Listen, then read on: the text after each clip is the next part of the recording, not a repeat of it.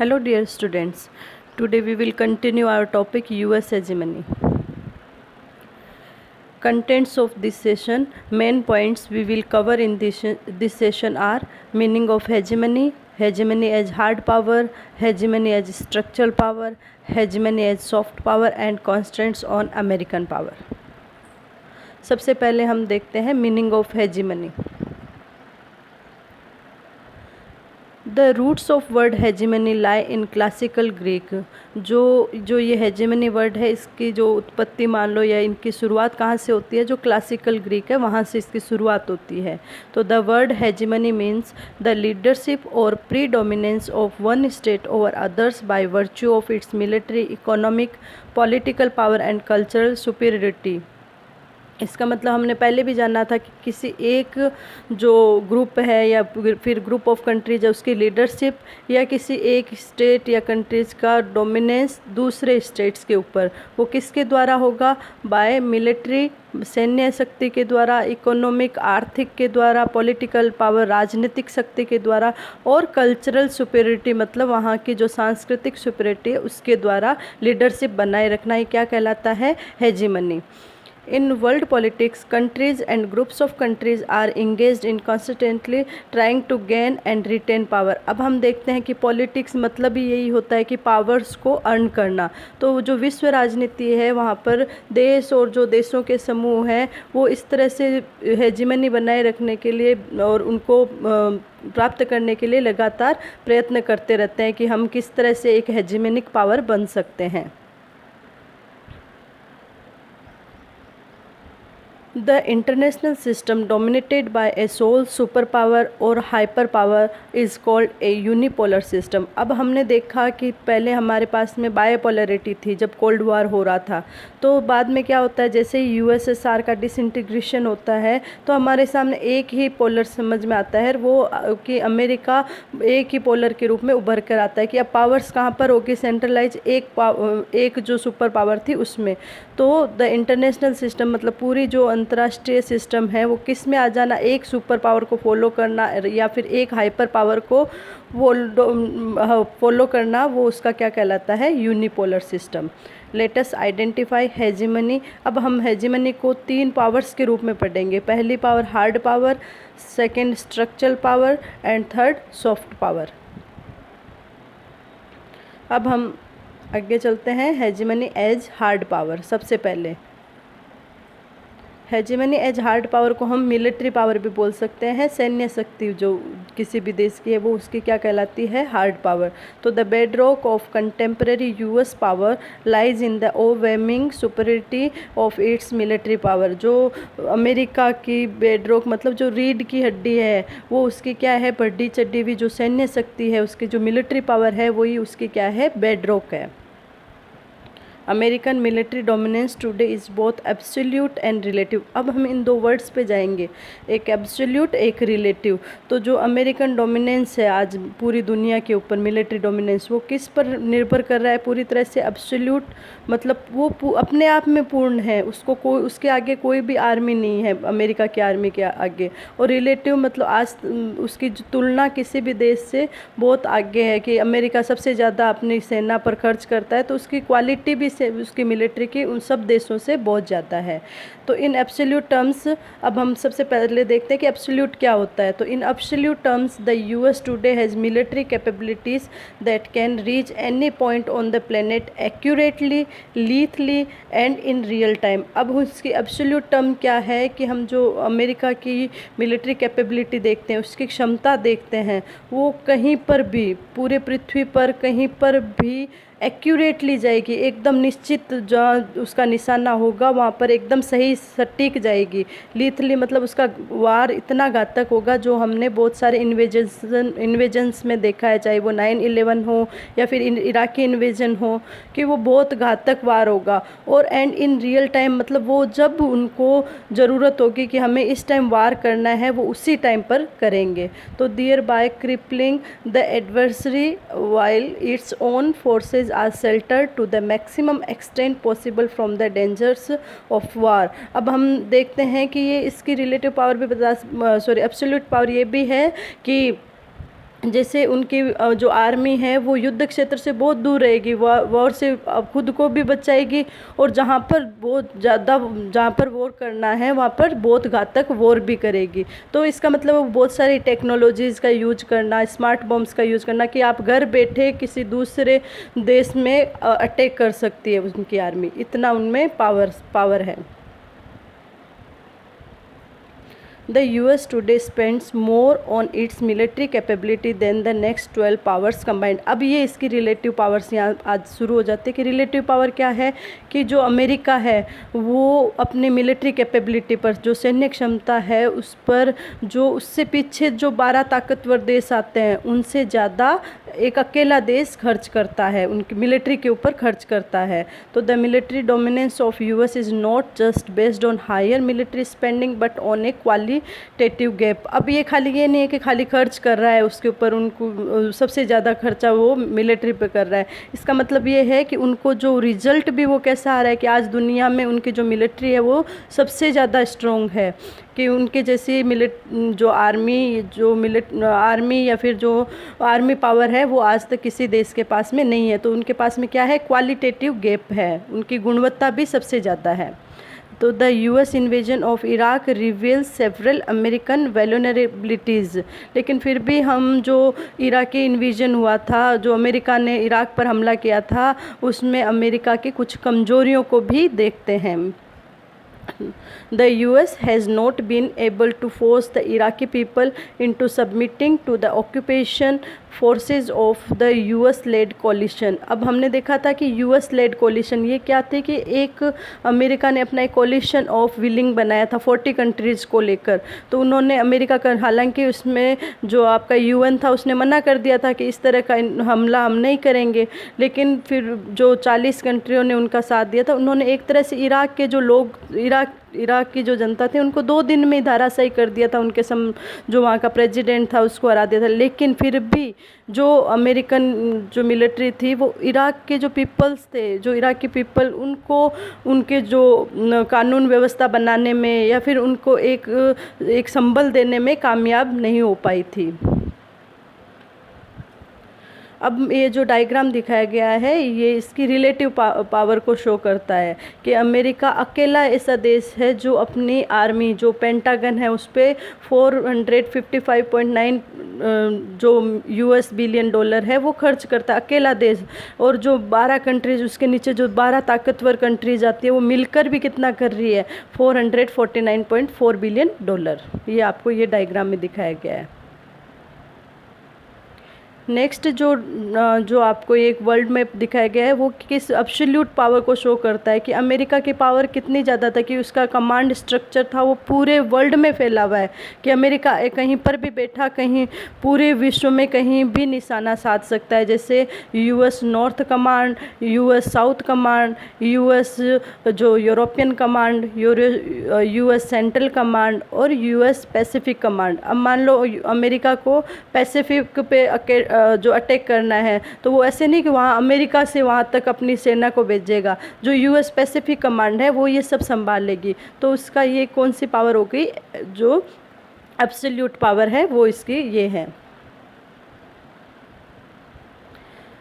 फिर हम चलते हैं नेक्स्ट टॉपिक पे, hegemony as structural power. It emerges from particular understanding of the world economy. अब जो ये स्ट्रक्चरल पावर है ये इकोनॉमिक पावर भी बोल सकते हैं हम। तो ये क्या है, ये किस पे है कि विश्व अर्थव्यवस्था की समझ ही क्या कहलाएगी, हमारी स्ट्रक्चरल पावर, कि इकोनॉमिक रूप से कौन दादागिरी कर रहा है, किस वर्ग का किस पर उसका डोमिनेंस है, वो क्या कहलाएगी, अपनी स्ट्रक्चरल पावर। तो स्ट्रक्चरल पावर क्या है, understanding of the world economy. The basic idea is that an open world economy requires a hegemon or dominant power to support its creation and existence। अब हमारा जो इस विचारधारा में जो ये स्ट्रक्चरल पावर है, इसका विचार क्या है, क्या कहता है कि जो ये हमारी ओपन वर्ल्ड इकोनॉमी है, जो हम अभी फ्री ट्रेड कर रहे हैं या फिर मुक्त अर्थव्यवस्था है, उसमें क्या रिक्वायर है कि एक ऐसी कंट्री हेजिमन होनी चाहिए, या कंट्री ग्रुप्स ऑफ कंट्रीज़ में एक ऐसा हेजिमन होना चाहिए, या फिर फिर डोमिनेंट पावर होनी चाहिए, जो मतलब अपनी मर्जी से चीज़ों को बनाए भी और उनको पूरे देशों पर बरकरार भी रखे। मतलब एक ऐसा दादागिरी टाइप या फिर एक ऐसा लीडर होना चाहिए जो पूरी अर्थव्यवस्था को कंट्रोल कर सके, खुद ही नियम बनाए और खुद ही नियमों को बरकरार रखे। तो in this sense is reflected in the role played by the US in providing global public goods. तो ये जो यूएस है, ये हमें क्या, ये इसमें सबसे ज़्यादा जो भूमिका कौन निभा रहा है अभी ओपन मार्केट या जो ओपन वर्ल्ड इकोनॉमी है, यूएस। तो US in providing global public goods. अब ये ग्लोबल पब्लिक गुड्स क्या होते हैं, इस टर्म पे जाते हैं सबसे पहले कि ये होता है कि वैश्विक सार्वजनिक गुड्स जो सामान होते हैं वो, मतलब ये कि जैसे अमेरिका ने सी रूट्स पे जो SLOC sea routes sea lanes of communication बनाया, तो बनाया किसके लिए, खुद के लिए, लेकिन यूज हम सब कर सकते हैं। तो अमेरिका को उससे कोई फ़र्क नहीं पड़ेगा कि सी रूट्स सब यूज कर रहे हैं तो उसका उससे जो पानी है कम हो जाएगा, या फिर तो जो चीज़ें सबके लिए पर्याप्त मात्रा में हो जिससे उससे कोई कमी नहीं आए, सब यूज करे। लेकिन कोई एक देश की उस पर क्या रहे, दादागिरी रहे, वही उसके नियम तय करे, वही उसके लिए अपने अपने हिसाब से रूल्स और रेगुलेशन तैयार करे, तो वो उसकी क्या कहलाएगी, हेजीमनी। तो द बेस्ट अब हम देखते हैं कि ग्लोबल पब्लिक गुड्स के एग्जाम्पल क्या क्या हो सकते हैं। तो the best example of global public goods are sea lanes of communication. इसकी फुल फॉर्म भी पूछी जा सकती है कि SLOCS का फुल फॉर्म क्या है, तो सी लेन्स ऑफ कम्युनिकेशन। इंटरनेट, तो इंटरनेट को हम कितना भी यूज कर लो, सैटेलाइट पर डिपेंड है कि आज अमेरिका सैटेलाइट्स बना रहा है तो हम इंटरनेट यूज कर पा रहे हैं, तो हम कितना भी यूज करो इस पर अमेरिका का कोई फ़र्क नहीं पड़ेगा। लेकिन इस पर कोई यदि नियम बनाएगा वो कौन बनाएगा, अमेरिका बनाएगा। फ्रेश एयर, रोड्स, ये सब किस में आएंगे, हमारे गुड्स ग्लोबल पब्लिक गुड्स के एग्जाम्पल्स में आएंगे। Free trade in an open world economy would not be possible without open SLOCS। अब हम देखते हैं कि आज हम फ्री ट्रेड की बातें करते हैं कि ओपन मार्केट होना चाहिए सबके लिए, कंपनीज के लिए, जो MNC कंपनीज आती है उनके लिए भाई एक वो ट्रेडिंग मिलनी चाहिए। लेकिन वो किससे पॉसिबल होगी कि कोई चीज़ अमेरिका से यहाँ तक आएगी, हमारे इंडिया तक, तो किसके द्वारा आएगी कि हमारा पूरा जो प्लेनेट है वो पानी से घिरा हुआ है, तो इसके लिए जो सी रूट्स है वो इम्पोर्टेंट है। तो हमारा जो ये फ्री ट्रेड है या ओपन इकोनॉमी है वो बिना SLOC sea lane of communication के संभव नहीं है। Although it is seen today as making the virtual world of the world wide web possible. और आज हम जिस वर्चुअल वर्ल्ड की बात करते हैं कि घर बैठे काम कर रहे हैं या फिर यहीं से ही अपना बिजनेस चला रहे हैं, सारा काम कंप्यूटर पे हो रहा है, वो किससे पॉसिबल हुआ है, वर्ल्ड वाइड वेब से पॉसिबल हुआ है। तो we should not forget that the internet is the direct outcome of US military research project that began in 1950। अब हमें ये नहीं भूलना चाहिए कि आज जिस इंटरनेट की हम बात करते हैं कि हम आज सारा ग्लोबल विलेज बन गया है, सारा काम घर से हो रहा है, तो वो कहाँ से, वो किसका आउटकम है, वो US मिलिट्री रिसर्च प्रोजेक्ट का ही आउटकम है, जो कब शुरू हुआ था, 1950 में। तो एक तरह से उसमें हेजीमनी किसकी शो हो रही है कि अमेरिका ने ही इंटरनेट को बनाया है। Even today the internet relies on a global network of satellite most of which are owned by the US government. अब आज हम देखते हैं कि हमें हर सुबह से लेकर शाम तक जिस इंटरनेट की ज़रूरत होती है वो सैटेलाइट पर निर्भर करता है। वो नेटवर्क सैटेलाइट्स ही भेजते हैं ना, तो जितने भी सैटेलाइट्स हैं तो उनमें से ज़्यादातर किसके हैं, US गवर्नमेंट्स के हैं। तो ये मान लो US गवर्नमेंट आज हमें कह दे कि हमें तो इतने सैटेलाइट खाली अपने कंट्री या फिर जो कॉन्टिनेंट है उनके लिए तय करूँगा, तो फिर आज जो हम बातें करते हैं ना कि हम घर बैठे काम कर रहे हैं या फिर सोशल साइट्स पे हम पूरे दिन एक्टिव है, तो वो संभव नहीं हो पाता।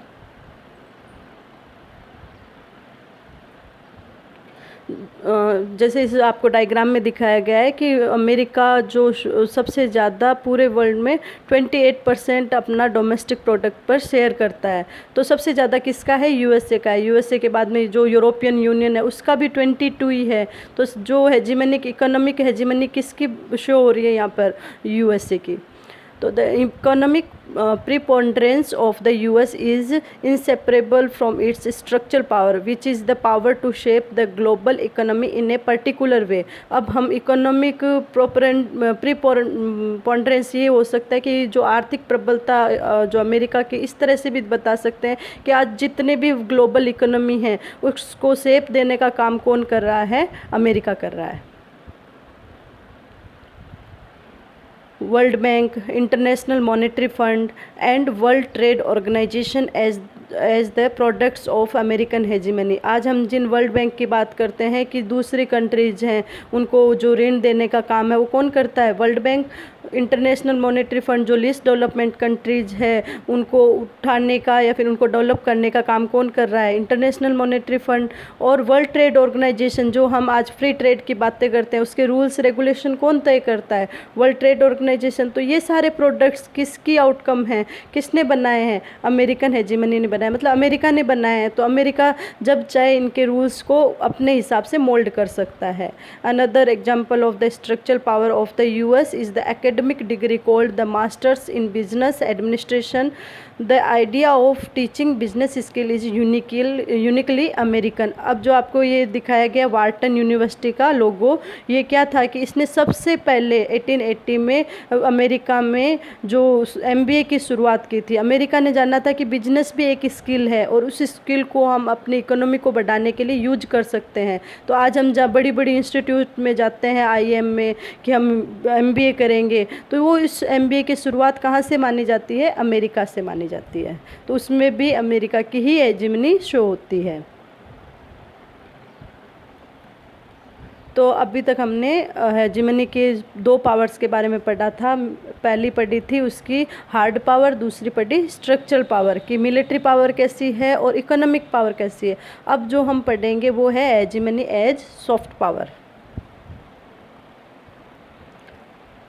Hegemony as soft power. Soft power in this type of hegemony implies class ascendancy in the social, political and particular ideological spheres। अब इसमें क्या होता है, किसी भी क्लास या फिर जो ग्रुप ऑफ कंट्रीज है वो किस में बढ़त बनाएगा कि उसकी मान लो मिलिट्री पावर अच्छी होगी, इकोनॉमिक पावर होगी, उसके बाद में वो करेगा कि सोशल, पॉलिटिकल, सामाजिक, राजनीतिक और पर्टिकुलर जो विचारधारा का धरातल है उसमें अपनी दादागिरी बढ़ाना या फिर उसमें हेजीमनी को प्रूव करना। तो it suggest that a dominant power deploys not only military power but also ideological resources to shape the behaviour of competing and lesser powers. अब जो कोई भी कंट्री है जो अपनी हेजीमनी को बनाने के लिए जो अपने कंपिटिटर है, जो अपने प्रतिद्वंदी देश है या फिर जो लेसर पावर्स है, जो कमज़ोर देश हैं, उन पर क्या करेगा, अपनी हेजीमनी को बनाने के लिए खाली मिलिट्री पावर का यूज नहीं करेगा, वो किसका करेगा, जो विचारधारा है, जो उसका कल्चरल रिसोर्सेज है उनका यूज करेगा ताकि उनके जो व्यवहार है उनको परिवर्तन कर सके या फिर अपने मन के मुताबिक बना सके। The predominance of the US in the world today is based not only on its military power and economic prowess but also on its cultural presence। अब आज हम अमेरिका को देखते हैं कि उसके खाली वर्ल्ड में 2 तरह से हेजीमनी या डोमिनेंस नहीं है कि वो खाली मिलिट्री और इकोनॉमिक प्रबलता है, उसकी जो आर्थिक प्रबलता है उसके ऊपर डिपेंड करता है। उसका जो डोमिनेंस है वो किस पर बेस्ड है, कल्चरल प्रेजेंस। जैसे आज हम कि हॉलीवुड मूवीज़ को फॉलो करते हैं कि आज हम अमेरिका के कल्चर को पूरी तरह से एक्सेप्ट कर रहे हैं कि मैकडोनाल्ड में जा रहे हैं, सारे दिन जो सोशल साइट्स पे एक्टिव रह रहे हैं, ये कहाँ का कल्चर है, ये अमेरिका का कल्चर है। उसको हमने क्या कर लिया है, हम उसमें एग्री हो गए हैं, उसमें एक्सेप्टेंस दे दिए कि हम उससे सहमत हैं। तो वो हमारी उस सहमति को, हमें ये पता है कि आज कोल्ड ड्रिंक्स पीना हमारे लिए सेहत के लिए ख़राब है, लेकिन हम अमेरिका के जो कोल्ड ड्रिंक्स के एड देखते हैं तो उसके बाद में हमारे वो क्या कर लेता है, हमें उसको पीने के लिए सहमत कर लेता है कि हमें अब ये बहुत अच्छा लगेगा पीने के बाद में। या फिर जो ये होता है कि इसके आगे कोई हार नहीं है। तो उन सब चीज़ों को देखकर हम भी उसके जो लाइफस्टाइल है उसमें अपने आप को चेंज कर लेते हैं। तो वो उसके क्या कहलाएगी, कल्चरल प्रेजेंस, कि वो अपनी संस्कृति जो है वो दूसरे देशों पर भी छोड़ रहा है। तो वो खाली मिलिट्री पावर और इकोनॉमिक पावर से आगे नहीं है, बल्कि किससे आगे, अपने कल्चर जो है, अपनी जो लाइफस्टाइल है वो भी लोगों में धीरे धीरे उसमें सहमति बना रहा है।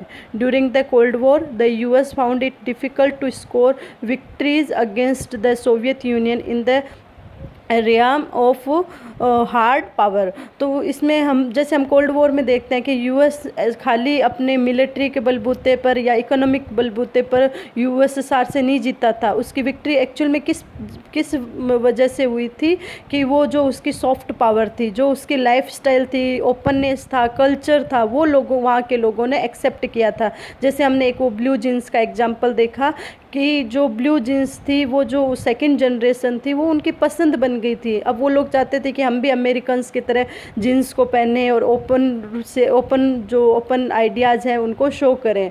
तो जो यूएस ने क्या किया, अपने कल्चर से जो उन दो जनरेशन्स थी, एक जनरेशन्स कौन सी थी, जो हार्ड लाइनर्स थे, जो कम्युनिज्म की विचारधारा को एकदम हार्ड तरीके से मानते थे कि बस हमें कट्टर थे वो उस विचारधारा के लिए, और एक तरफ जो दूसरे लोग थे वो क्या चाहते थे कि ओपननेस लाना चाहते थे, तो वो ब्लू जीन्स भी पहनना चाहते थे। तो उन दोनों के बीच में गैप बनाने का काम किसने किया? अमेरिकन कल्चर ने किया, और इस वजह से ही यूएसएसआर का क्या हो जाता है? डिसइंटीग्रेशन हो जाता है। तो अभी हमने 3 तरह के पावर्स को हमने पढ़ा कि जो hard power, structure power, soft power को हम इस रूप में भी देख सकते हैं कि जो आज तक जो हम मूवीज़ वगैरह देखते हैं, तो हमने जो पहले जो लोगो एवेंजर्स का इसीलिए लगाया है कि जो कल्चरल प्रेजेंस है वो आज ज़्यादा हावी हो रही है कि किसी देश को खाली हम युद्ध के भरोसे नहीं जीत सकते, या तो हम किसी को अपने बल से हरा सकते हैं, या फिर दूसरी क्या हो सकती है, अपनी रजामंदी ले सकते हैं। तो जो रजामंदी और जो या सहमत या फिर जो एक्सेप्टेंस की जो प्रोसेस है वही क्या कहलाएगी? सॉफ्ट पावर कहलाएगी। अब हम देखते हैं कॉन्स्ट्रेंट्स ऑन अमेरिकन पावर कि अमेरिकन पावर में रुकावटें क्या क्या आती हैं। There are 3 constraints on American power. 3 तरह की कॉन्स्ट्रेंट्स है अमेरिकन पावर पे। फर्स्ट है the institutional architecture of the America. जो अमेरिका का इंस्टीट्यूशनल आर्किटेक्चर है, जो उनकी गवर्नमेंट का 3 तरह के पावर्स को जो डिवाइड किया गया इंस्टीट्यूट्स में, वो एक दूसरे को क्या करता है? कंट्रोल करता है। तो वो क्या कर है? अमेरिका पे कॉन्स्टेंट है। तो a system of division of powers between 3 branches of government places significant breaks upon the unstrained and immoderate exercise of America's military power by the executive branch। तो ये जो तीनों ब्रांच है वहाँ के, लेजिस्लेटिव, एग्जीक्यूटिव और जो मिलिट्री, वो तीनों एक दूसरे को क्या करती है? कंट्रोल करती है। तो एग्जीक्यूटिव ब्रांच का मिलिट्री पावर को पूरी तरह से कंट्रोल करना ही क्या है? कॉन्स्टेंट है। ये अपने एक दूसरे पर कॉन्स्टेंट बनाए रखते हैं।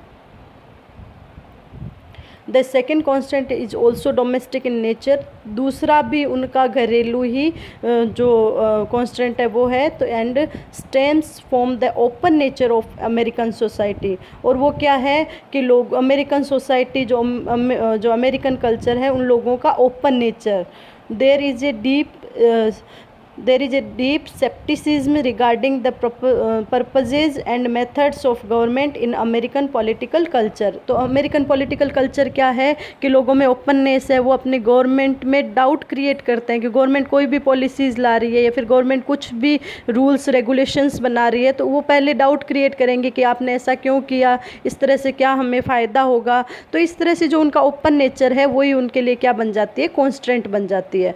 Third constant on the US is North Atlantic Treaty Organisation. तीसरा कॉन्स्टेंट क्या है यूएस का? जो ग्रुप बनाया था, जो ऑर्गेनाइजेशन उन्होंने बनाया था, North Atlantic Treaty Organisation, NATO. तो नाटो में उसके नीचे सारी कंट्रीज आती है, लेकिन अमेरिका उनके बाद फिर क्यों मानेगा? क्योंकि अमेरिका की इकोनॉमी पूरी तरह से उनके रिसोर्सेज या फिर उनके साथ में डिपेंड करती है। तो which is only one organisation in the international system that could possibly moderate the exercise of American power। तो वो क्या है कि जो नाटो कंट्रीज है वो जो अमेरिका के ऊपर कांस्टेंट इस तरह की, वो कोई भी डिसीजन ले रहा है तो उनको मॉडरेट करेगी या फिर उनको बताएगी कि ये सही है या नहीं है। और अमेरिका बात उनकी इसलिए सुनेगा क्योंकि अमेरिका की इकोनॉमी उनके साथ में बैलेंस करती है, उनके ऊपर डिपेंड करती है। तो ये हमारी 3 कॉन्स्टेंट ऑन अमेरिकन पावर्स हो गई। तो आज का जो वीडियो था आपको कैसा लगा कमेंट बॉक्स में जाकर बता दीजिए, और कोई भी क्वेश्चन, क्वेरीज, डाउट्स हो तो वो भी बता दीजिए। Thank you so much.